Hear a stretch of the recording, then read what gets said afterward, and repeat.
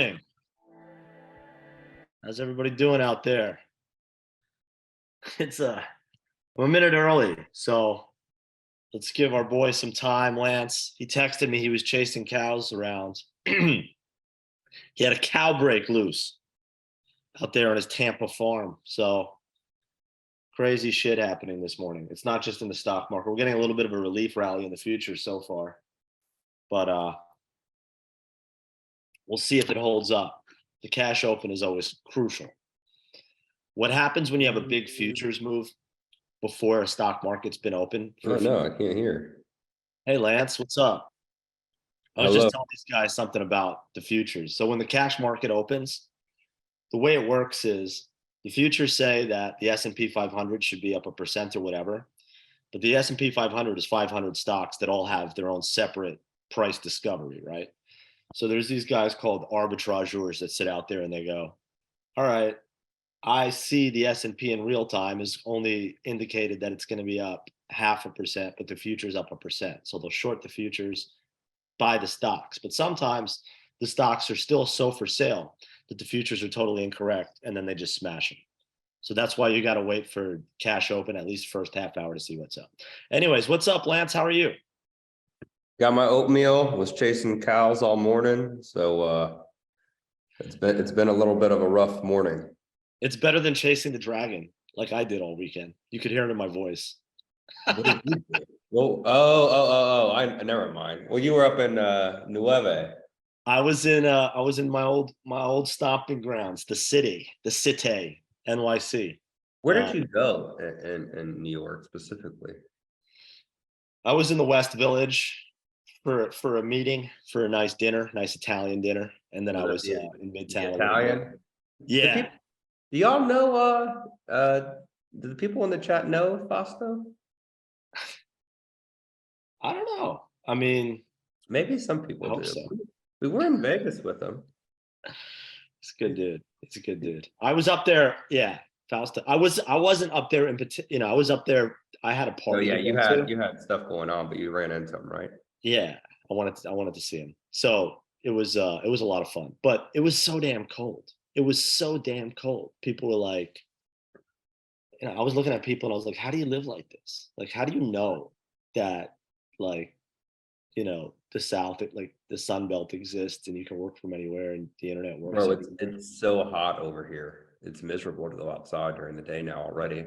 Dude, try walking around Midtown Manhattan at like 1 o'clock in the morning with 15-degree temperature and 30-mile-an-hour winds.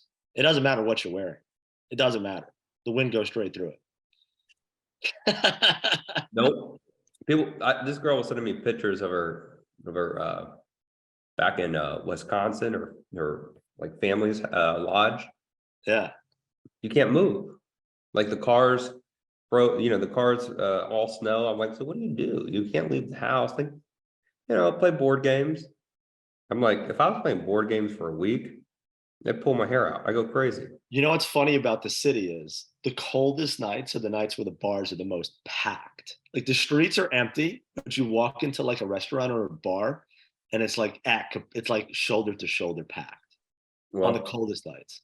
Something about it like makes people just like, let's go let's go out and get drunk. It's going to be extreme. It's an extreme sport.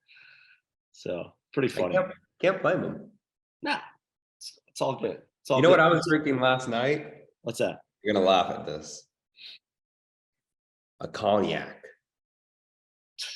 You know what cognac? Louis.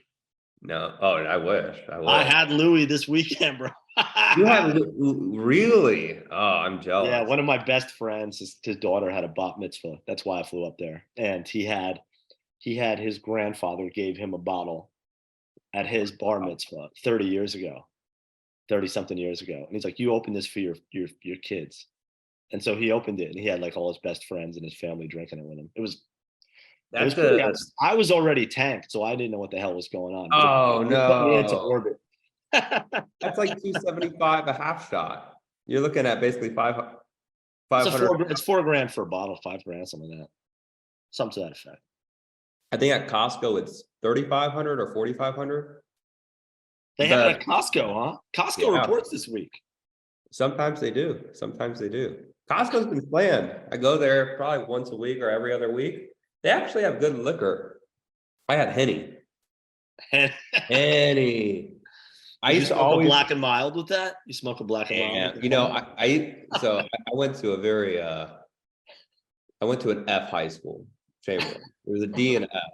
So after high school, I always had a bottle of Henny for when the my my hoodlums came over. Put it that way. You got to have the bottle of Henny.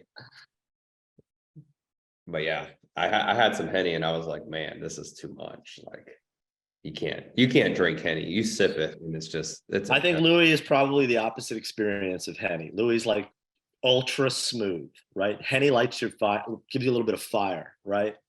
There's like a velvetyness to the Louis that like um engulfs your entire mouth and your throat, like a when velvet you glove. drink Louis, it's like drinking candy.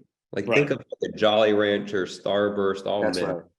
But the consistency of it too, like something happens to the actual like liquid format of it, where it's almost like drinking like Robitussin without the bad flavor. Hold It's just on. I got something for you. Hold on. Not for you. For me. Don is like Jeff has had too much Louis. You know, yeah. Now it's so I always fast for Lent. Oh hell yeah, that's awesome. So I fast for Lent, but I knew this party was going to happen, so today. Yesterday was my official start of Lent. So I'm going strong until Easter. So this is a hand blown and France hand blown glass. These Nice. go for around like 300 or 400 on eBay. Really? Yep, Louis the 13th, a Grand Champagne cognac. so what? Any good news stories happen over the? I mean, like what's going on? I was kind of out of the loop a little bit. I Nothing. mean, That's why the market's bid, I think. market was a little shitty last week for lack of a better. I think Oh, worst dude. week of the like everything got sold. There was nowhere to hide, right? Dude, shitty is not even. I lost so much money last week. It On was what? on what? On everything. Yeah, I I know. was I'm not up. saying it like that. I'm just saying like what? What? Give us some specifics. Well, so I bought Hubspot calls pre-earnings. They were like Yeah. $15 each, and I sold them at like $54. So I Wow. made like $6,000 on like a 3 lot, right? Right. So the week prior, I was coming in all hot, right? And then I just kept buying calls, and I kept adding to calls all Yeah. last week. Today I should get paid a little bit because I have Yeah. like 200 lot of American airline calls. Oh, nice. What else do I have? I have some NVIDIA puts that will be down, but I have some So how tape. about that Nvidia call last week that we were talking about? That was kind of interesting. It Dude, ended up those $2 225s ended up trading at like 14 at some point. dude, that was a monster move in But NVIDIA. we saw that we did identify that as a potential reaction. We were like, it's not going to move 4%. It's going to move. It could move 15%. It could move 17%. So that's why You that's a want good exercise to try to figure out like what potentially can happen, what's a possibility, what's a probability, and what's a possibility. Those are two different things. But what do we got this week? We've got like let's start out looking at some of these economic things. The economic numbers matter, right? Like a lot of those numbers. What do we have? PCE last week. Gate put everybody into a debt spiral because inflation is still there, right? Yep. By the way, we remember on NVIDIA the keyword AI. They said AI 75 times on the That was top. another thing that we pointed out. Like we nailed spot on. You asked me directly, like, what's going to AI. matter? I'm going to be like, how much they talk about how awesome they are at AI, and that's all they said. All it is, their CEO knows how to move. I think I should be a CFO for a Fortune 500 company at this point. It'd be a boring job, but I think I know exactly what I would say to the street every single time I went out there. It's a dog and pony show, in case you guys don't know it out there. Hey Play the game. Yeah. Jeff, Bob L in the chat says, wait, Lance is bragging about how much money he lost last week, and we're supposed to be following him. I mean, I really trade. All your other gurus who don't put their money where their mouth is, who say all they have is winners. No, when I send out bad trades and y'all lose money, my ass loses a lot more money usually. So Well, we like to talk. I mean, I I trade mean, also. I'm just trying to be as transparent as That's possible. why I think that's why I think that's why I think that's why we work together a lot, right? Why do we have a show? Why do we have a show together that everybody watches? honestly, like, I don't want to like, you know, I Yeah. don't want to pat you on the back or me on the back, but all y'all that are here today, I think this is the most watched, attended show we have in the ecosystem. I might be talking incorrectly, but I think, and it's a short sample size, but I think this is why you Oh guys yeah. all show up, because Lance talks reality and so do I. Could you imagine if Kramer said, "Hey, I lost a lot of money last week"? No, he gives the worst stock picks, and then just says, keep buying," Right. and there's Well, no accountability. there are people that are more interested in being right than making money and sounding right. And that's just a shitty, that's like, so we try to teach you how to like divorce yourself from that ego aspect as a good trader anyways. You have to kind of get rid of that attitude because it doesn't matter. The only thing that matters is your P&L. That's it. The only thing that That's matters it. is your P&L. And You so could you're have going a to have losers. 99% win rate, and then the one time you lose your whole account and more. Well, here's another thing. Here's another thing. If you can't handle losses, small losses You're happening gonna to be you all the gone. time, this is not for you. Find something else to do. Yeah. This ain't for you. Because this is what it is. This is what it is. I used to trade like, you gotta understand something. I used to trade individually. My account was like 75% of some of the largest ETFs in the world. And I also had another book at this hedge fund that I was at that was called I would do secondaries and IPOs all over the world, not just US ones. So I would take part in like Dutch auctions and weird ass shit. And sometimes part of that game is like Goldman or Merrill, like my brokers at those places, they would just dump this dog shit stock on me that I knew was going to be a pig. And I was like, that's part of the game too, right? Because Oh yeah. Oh then yeah. when a good one comes, they give you a good allocation of it and you make a ton of money. And they know when the good ones are coming. But I would sit there and I'd be like, I know I have to take the L. I know I'm gonna get, you know what? You guys are taking me out to the back shed. I know that's gonna happen, but at least send me some chocolates and flowers. At Part of least the let me game. feel good Part of on the the game. play. Part of the game. Yeah. So let's look what happened last week.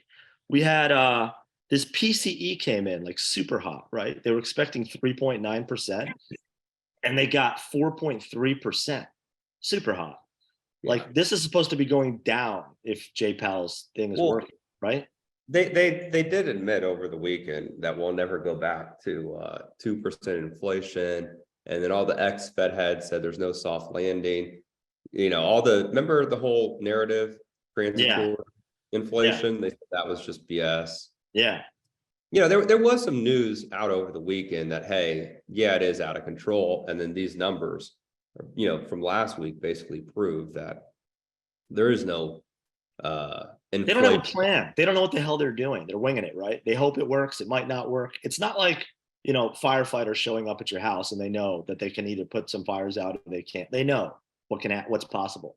These guys are like showing up at this fire and they don't even have like they have like these like the little like ones you have in the kitchen, the little things that Oh they're yeah, trying the little fire extinguishers. They're coming yeah, with and you got like little water and you guns. got half of the forest is on fire. You got like the redwoods burning down and they're showing up like this. Yeah. And they So set it on fire. so Jeff, someone mentions, and this is actually interesting because they came out. Was it Germany? Yeah. Tesla. They have Investor Day upcoming here. Oh, And nice. what is it? March? Was it March 3rd? Investor Day. Wednesday. Yeah. A new low entry EV car for 25,000. What? They I will mean, it's gonna basically. be that's why I've been shorting like Lucid and Rivian and like almost every one of my programs for a while. Because I think a lot of these guys are gonna get put out by Tesla. Well, They're already losing it. Like those other companies lose a lot of money because they can't produce, they don't have the manufacturing capabilities, right? Their margins are terrible. So I think they're literally like that's their whole strategy right now is putting everybody out. pull up Lucid because they came out last week and said obviously bad earnings, but they said demand for our vehicles is slow. And it's like, no shit. You have $150,000 car. These guys are a zero. These And, guys are a zero. you see that Unless that's they get bought. Unless they get bought for they pennies on. won't. That was so I got caught up. They were loading up on puts, and then they had the rumor with the Saudis buying it out.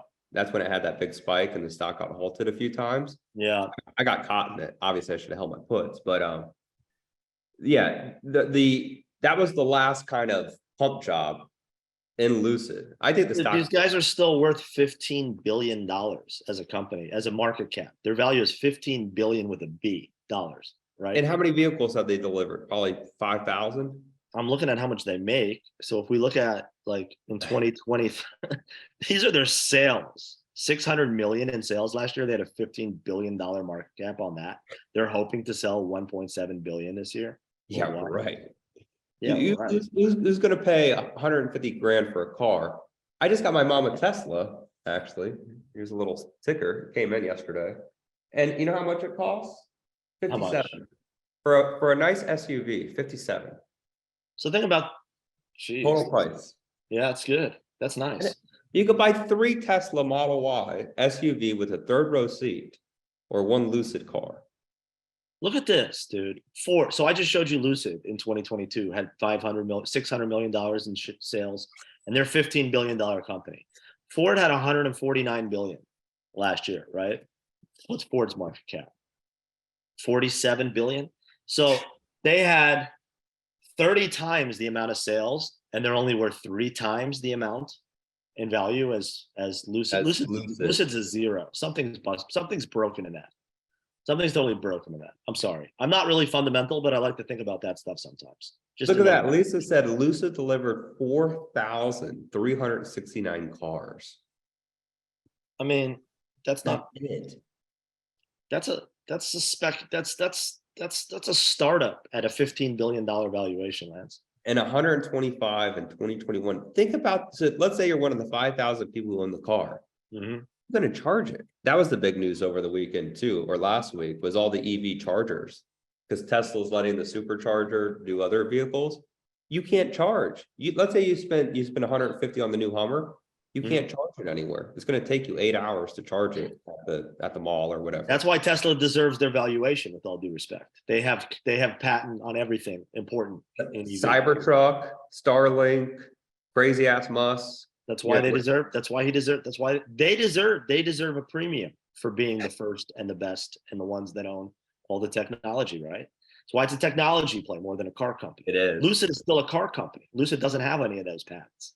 So that's why I would never I'm not going to compare Ford and Tesla, because Tesla's entire technology thing. But if you're comparing apples to apples, Lucid and Ford is a better one. And Lucid is on its way to zero.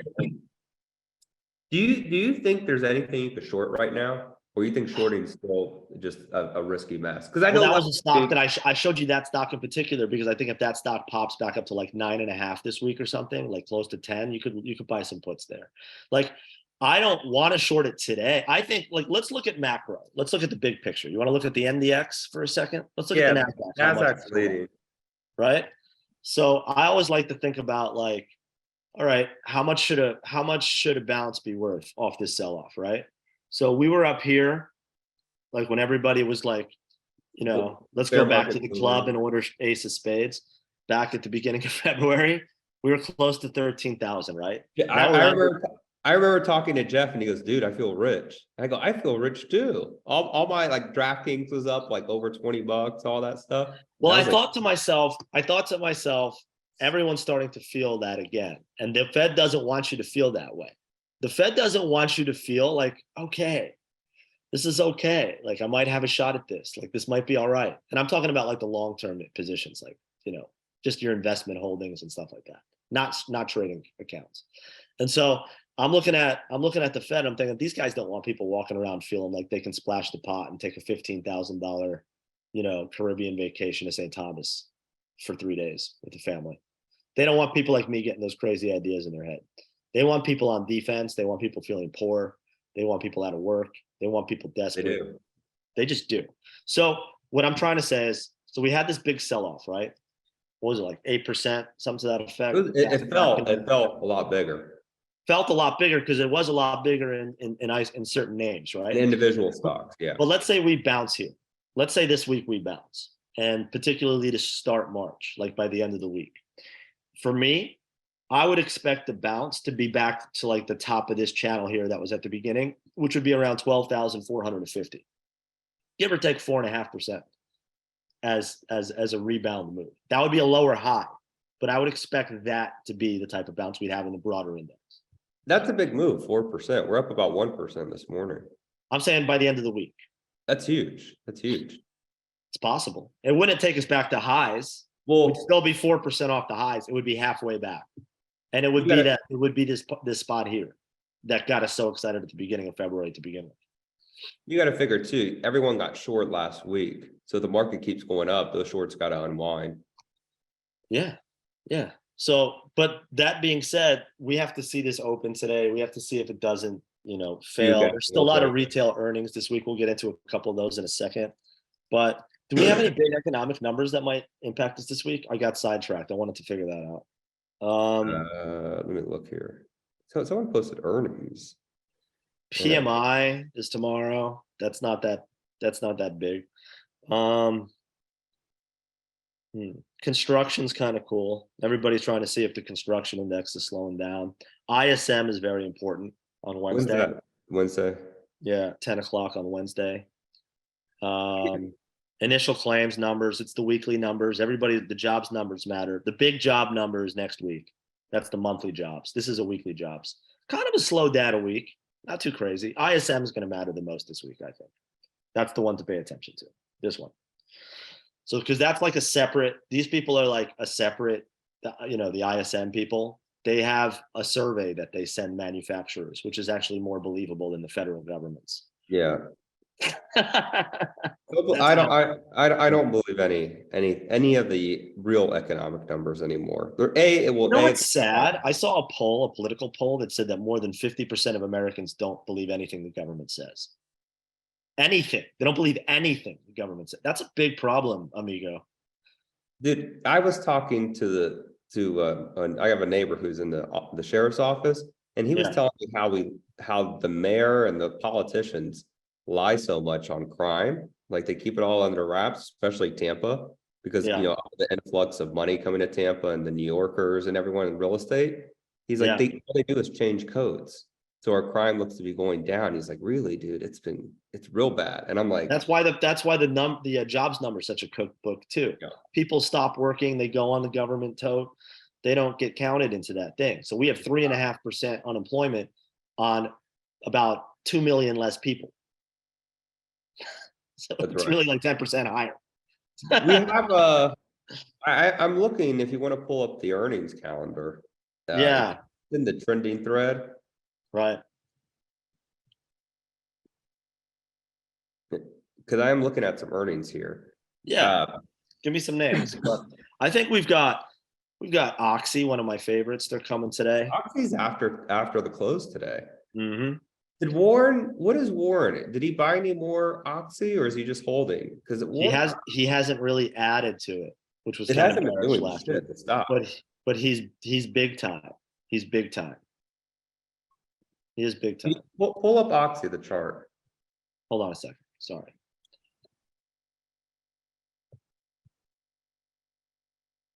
We got a lot of retail names too, don't we? Yeah, like Costco. You got Target. I actually like. I see Zoom. I see Target. I see AMC, Ross Stores. We have Snow this week. We have Macy's, Costco, Best Buy. Huh? Lowe's for all the Lowe's. Home Depot had a crap number, so maybe we can extrapolate that. We can watch that. All right, let me go. You got Portillo's for all the Chicago Italian sausage people. One of my favorites. Thursday. There we go. All right. So what's the first stop we want to look at? Let's look at today. Zoom. Zoom is today. Do you want to trade a crack stock? Dude, Let's look at OXY. OXY is one of my favorites. Let's look at it. All right. So OXY. We're looking at the weeklies again, right? Yeah. It shouldn't be a big move. Huh? It shouldn't be a big implied move. It's not a big implied move. It's like a 3% implied move. Good. But look at the daily chart. Look at this chart. And so keep in mind that we're at the bottom end of this range, and Warren has been a buyer. Uncle Warren has been a buyer from like 60, 62, 63, all the way up to like 70. 75. That's where they showed his prints going off. So do you think if they report bad numbers, he dumps? Well, I love this. No, he's not dumping at all because this is a long term. Like he doesn't trade stocks based on one quarter's earnings at all. He's trading the stock for the next 5-6 years. Well, And but so what was his quick position? TSM, where he lost his ass? Taiwan Semiconductor? yeah, yeah, but that's different. That had such a massive fundamental change with Taiwan being such a high risk and the US looking to displace Taiwan. They had a fundamental case. But anyways, I like this stock from a call perspective because I look at your downside as like this $5 lower, and I look at the upside in the mid 70s here. So you're risking like $3 to $5 to try to make 10 to 15 on the stock, not on whatever options are Right, not different. on the So options. I think if the stock has an awesome number and we get a slightly bullish week in the oil, this stock can easily trade back above 65 here. So if I'm In looking the at 60 calls or a buck yeah, 30. yeah, I'm gonna say I'm gonna do the inverse. really, I'm gonna say OXY. you like Oxy puts at $2. I actually like the 58 puts at a buck 25. I think a lot of people are so long OXY that if numbers aren't great, you're gonna see the stock sell off 5-6%. Fair. And then you might get a move to the upside. But I think the initial earnings reaction is gonna be down. And then people are going to say, oh no, is Warren selling? Because you got to figure a lot of people own OXY just because of Buffett. Buffett bought it. Yeah, that's true. But I'm looking at it from the perspective of we had a real shitty week in oil for the last 2 weeks. I think Really oil bad. rebound. We're at the low end of the oil. Oil trades mean reverting. Oil's not very trending. It trends like once every 4 years. In the meantime, it trades in ranges. It goes back and forth like this from the ranges. We're at the bottom of the range. I like it from the long side, from my in the intermediate for that reason. And the broader market matters a lot this week, right? Like all these earnings hammer times that we had last week, they were in a really bearish tape, right? So I expect the tape to be a little more bullish this week. I expect, ties to go to the bulls again. Let's look at a tech stock or something. Give me a crack stock. I mean, I should say this. I am long some BTU, some coal. Okay. Yeah, the weeklies, like a true degenerate. I like them though. They bought a lot of calls in BTU. It had Which calls are you looking at? weekly 26.5. Weekly 26.5. Oh yeah, BTU. They have That's earnings? it moves, it can squeeze. Yeah, if we look at the chart on this thing, It's not horrible. it's not. But I like it look, here. do you see what I mean by how it's Yeah. mean reverting? Look at the trend. There's no trend here. This thing is just going. This looks like my pulse. It's true. It's true. But for a tech stock, oh man. Yeah. Let's do one more stock before the week. You want to look at snow? Snow's a fun. Yeah, snow. Do snow. Because that's at the end of the week. That's Wednesday. That's in the middle of the week. So snow's interesting because snow is one of the darlings of 2021, right? This was a darling stock. People love this stock. This was like a $400 stock at one point, if we go back really far. And started rallying, got up to what did it get up to? Almost 180. And now it's off nearly 20%. I think if it has good earnings, it's kind of like one of these cases like NVIDIA. If it printed there, it could trade there.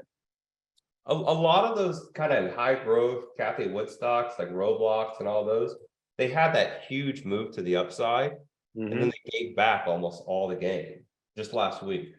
Well, look at this: 155 puts trading around calls trading around $5. I mean, that's expensive, but you don't like to pay $5 for whatever. No. And that's the problem with snow is that it's same with Zoom, and that's why I'm just. That's a 3% move in a software stock that moves with Kathy. Right. That's not crazy. No, it's not. I'm just not a fan of the expensive options. That's it. It's just more of a personal thing than anything else. I got you.